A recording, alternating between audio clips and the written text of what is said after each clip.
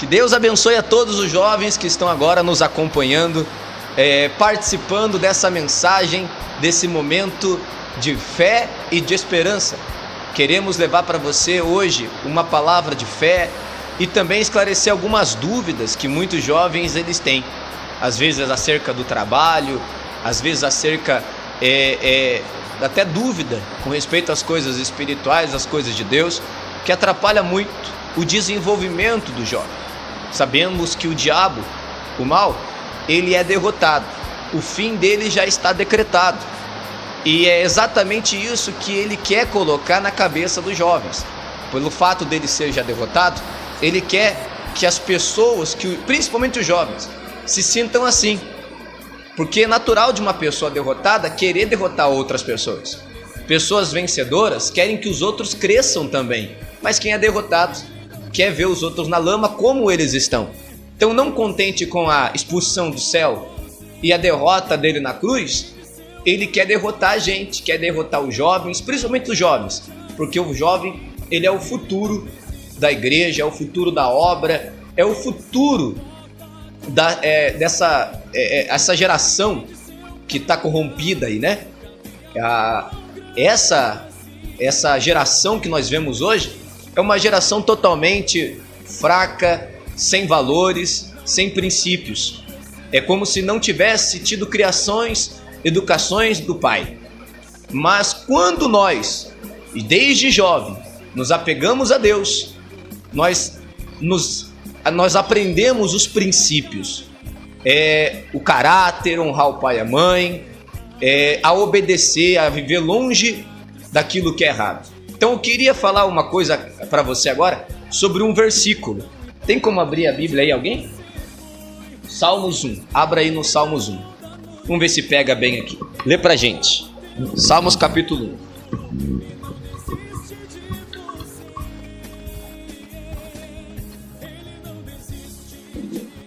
Ela vai abrir a palavra de Deus. Nós vamos falar sobre esse capítulo, esse Salmos capítulo 1, que fala muito forte sobre com quem o jovem deve andar, qual conselho, de quem ele deve ouvir ou de quem ele deve se afastar.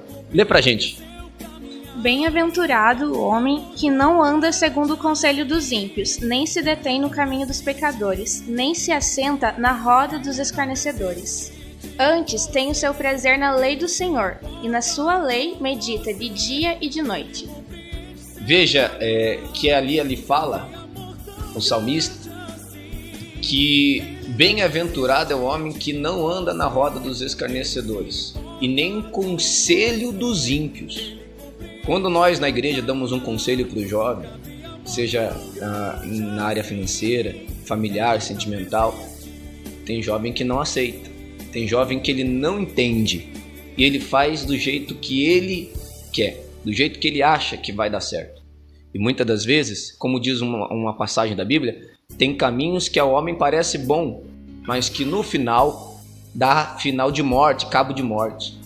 Então fala um pouco, Mateus, sobre as escolhas erradas que você fez na sua vida, pensando estar fazendo certo, talvez até relacionamentos que você se envolveu, você teve que abrir mão, talvez, para poder então receber mais de Deus na sua vida. Essa era a sua consciência. Para mim receber mais de Deus, eu tenho que abrir mão das minhas vontades. Então talvez você era um jovem, como a Bíblia fala aqui, andava na roda dos escarnecedores. O que é escarnecer? Olha a palavra, carne. Jovens que andam na carne, com pessoas da carne, só falam coisas da carne, não tem argumento, não tem nada espiritual, é só coisas infantis, coisas da carne, coisas do mundo. Tem como o jovem ele ser de Deus? Tem como o jovem andar para frente, desenvolver, se ele anda somente com os jovens da carne? Na verdade, a minha situação, eu fiz sempre as minhas coisas com as próprias mãos. Eu pensava que, portanto, estudar, trabalhar, fazendo sozinho as coisas, eu conseguiria conquistar o que eu sonhava e ficaria completo. Eu fiz isso durante os meus 21 anos, né? Até chegar na Universal. E eu estava no fundo do poço. Eu tinha algumas conquistas que eu tinha feito, mas eu estava infeliz, eu estava vazio. quando eu passei a fazer as coisas com Deus, colocando Deus em primeiro lugar, além de conquistar, eu agora estou completo. Eu não vejo como fazer as coisas sem Deus. Tá na roda das pessoas, convivendo com pessoas que pensam diferente disso. Até o salmista fala no primeiro capítulo de Salmos, né? Ele compara quem se apraz às leis do Senhor como uma árvore num ribeiro, né? Que dá frutos ao seu tempo. E os ímpios, ele compara, é totalmente extremo, né? Como as palhas que o vento leva. E é exatamente isso. Os ímpios, aqueles que não se aprazem às leis do Senhor, são como as palhas que o vento leva. E quem tem amor pelas leis do Senhor, como árvores que dão frutos e frutos no tempo certo. Interessante, viu? Que enquanto ele fazia as próprias vontades, andava no conselho dos ímpios. A gente dá um conselho para o jovem na igreja, ele ouve o conselho de outras pessoas que são ímpias. Aí já está o problema. Como que uma pessoa ímpia vai levar Jesus para você?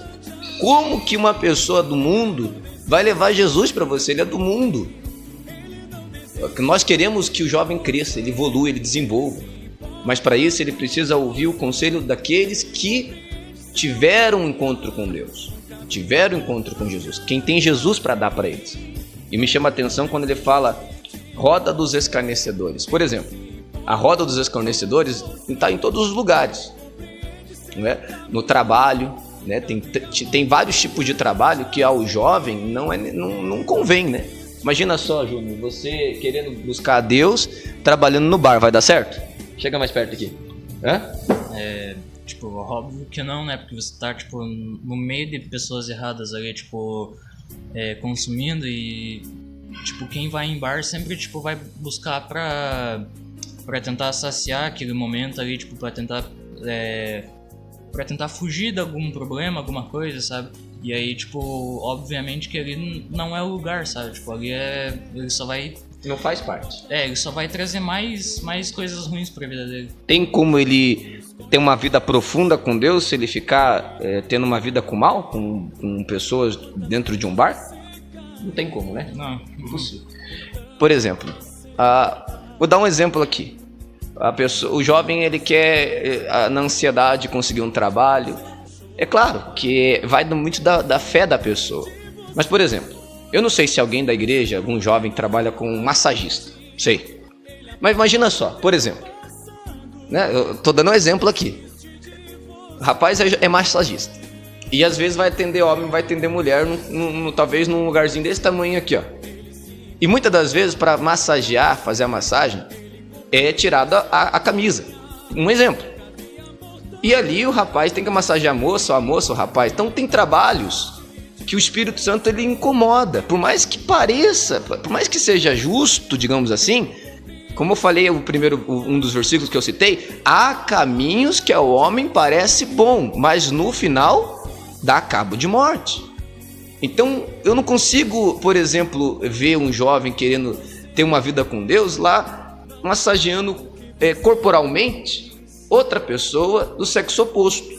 Ainda mais se é solteiro. Se é casado pode até dar problema. Então eu acredito que Deus tem outros, Deus tem outros planos, outros tipos de trabalho que não venha manchar sua consciência, que não venha fazer com que você se envolva com nada que acuse sua consciência, nada. Por mais que você não tenha intenção ruim, só de você estar ali num lugar fechado com alguém, essa pessoa pode ter uma intenção contra ti. Então por que dar lado, né? Por que dar espaço para o diabo, né? Seria muito mais você falar: Deus, eu não quero esse tipo de trabalho, porque esse trabalho me aproxima daquilo que é errado. Então eu quero uma coisa que venha de quem? De Deus. De Deus. Então tem muitos trabalhos, se vocês conseguirem lembrar de algum, vai me falando aí, para a gente poder comentar. São trabalhos que o jovem, às vezes na ansiedade, quer um trabalho, e confie em Deus. Acredite que Deus é capaz de abençoar você, de fazer com que você possa vencer. Então eu não sei se tem algum jovem na igreja que trabalha com isso, mas eu nem quero saber também para ninguém falar que foi falado, né? Então são lugares que não compete.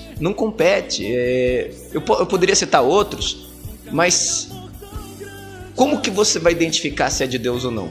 Se aquilo não te te atrapalha, não condena a sua consciência, se aquilo não mancha a sua consciência, se aquilo não te aproxima daquilo que é errado. Então, não estou dizendo que os trabalhos são errados, mas se Deus pode te abençoar e te apresentar, te dar um lugar, um trabalho muito melhor, e talvez você, se não for assim, faça que nem muitos, tente, lute, você vai abrir teu próprio negócio, vai glorificar a Deus com aquilo que você faz, vai glorificar a Deus. E para nós finalizarmos essa live, nós queremos falar sobre o domingo agora, que nós vamos ter 4 horas da tarde. É impossível você faltar. Como nós falamos outra vez, muitos jovens estiveram e foram consagrados. Fala um pouco da sua experiência no momento da consagração. Então, antes da consagração, né, foi feita uma oração pedindo para Deus para preparar a gente, né, para o momento da unção. E no momento da unção, depois de toda a pregação que a gente ouviu, de toda a palavra, né, no momento da unção eu tinha certeza de que assim como Deus, através do profeta Samuel, ungiu e escolheu Davi, ele também ungiu a mim e escolheu a mim para vencer, para me preparar para grandes coisas, para a obra dele, me preparar para aquilo que ele tem para mim. Veja que interessante. Então, queríamos deixar essa chamada para todos vocês, para nesse domingo a segunda unção. Veja como é importante sermos ungidos, sermos consagrados. A Bíblia fala, nunca falte óleo sobre a sua cabeça, sempre seja alva as suas vestes. Então, que seja assim o caminho, o seu caminho, porque no final do capítulo 1 ele fala ali, porque o Senhor conhece o caminho dos justos, porém o caminho do ímpio perecerá. Então, tem muito jovem que você vai ver caminhando no caminho do ímpio, no caminho errado. Pode até prevalecer por um pouco, mas a Bíblia diz aqui, é o próprio Deus que está falando, vai perecer. Então, por que viver com a incerteza? Com a incerteza, não dá. A melhor coisa é você, por mais que você esteja passando uma luta, talvez uma guerra, porque você abandonou tudo, deixou tudo para servir a Deus, para fazer a vontade de Deus, para se entregar para Deus, e às vezes até na sua própria família, própria casa, mas está escrito aqui, Deus conhece o caminho do justo, Deus conhece você, Deus sabe do que você está fazendo. Como o Mateus falou, aqui diz que ele vai florescer, logo logo vai florescer, porque assim é uma semente, você planta ela. Tem árvore que é 1 ano, 2 anos, 3 anos, mas quando floresce, arrebenta. Então, domingo agora, 4 horas da tarde, a segunda unção de Davi. A unção de Davi, com o mesmo elemento que ele foi consagrado, nós vamos consagrar você. Quem já foi a primeira vez, quem não foi, está sendo chamado nesse momento. A Bíblia fala, muitos são chamados, poucos são escolhidos. Você vai estar conosco. Nesse domingo, 4 horas da tarde, nós vamos ungir pela segunda vez o alto da sua cabeça para você receber a mesma força. Como Davi derrotou o urso, leão, Golias, Amalequitas, muitos. Ele colecionou vitórias. Então, imagina só você ter uma vida tão abençoada quanto a dele. Tá ligado? E olha, veja que quando Deus chamou ele, ele era jovem. Deus está te chamando porque quer trabalhar com você, quer fazer de você um Davi dos tempos de hoje. Nós te esperamos nesse domingo às 4 horas da tarde. Que Deus abençoe a todos e conte com a gente. Se você precisar de qualquer coisa, nós vamos deixar aí na parte de baixo desse vídeo o nosso telefone. Se você precisar de ajuda, se você precisar contactar a gente, nós vamos estar aqui para te ajudar. Manda um WhatsApp se você se mutila, se você se corta, se você está com depressão, se você está aí desanimado, se você não tem forças nem para fazer o que você fazia antes, nem você era um jovem ativo, jogava bola, se divertia, a depressão bateu na sua porta e está entrando, está corroendo a sua mente, está corroendo o seu coração. Eu não sei se é um problema que você está passando na família, mas fale com a gente, com todos nós. Você pode nos procurar, nós vamos estar prontos para te ajudar. Então, domingo agora, 4 horas da tarde, a segunda unção de Davi, você é o nosso convidado. Não podem faltar. Não vamos faltar. Vocês vão faltar? Não, Vai arrebentar. Vai ou não vai, gente? Vai. Que Deus abençoe a todos. Então, até domingo. Fiquem com Deus. Ele não desiste.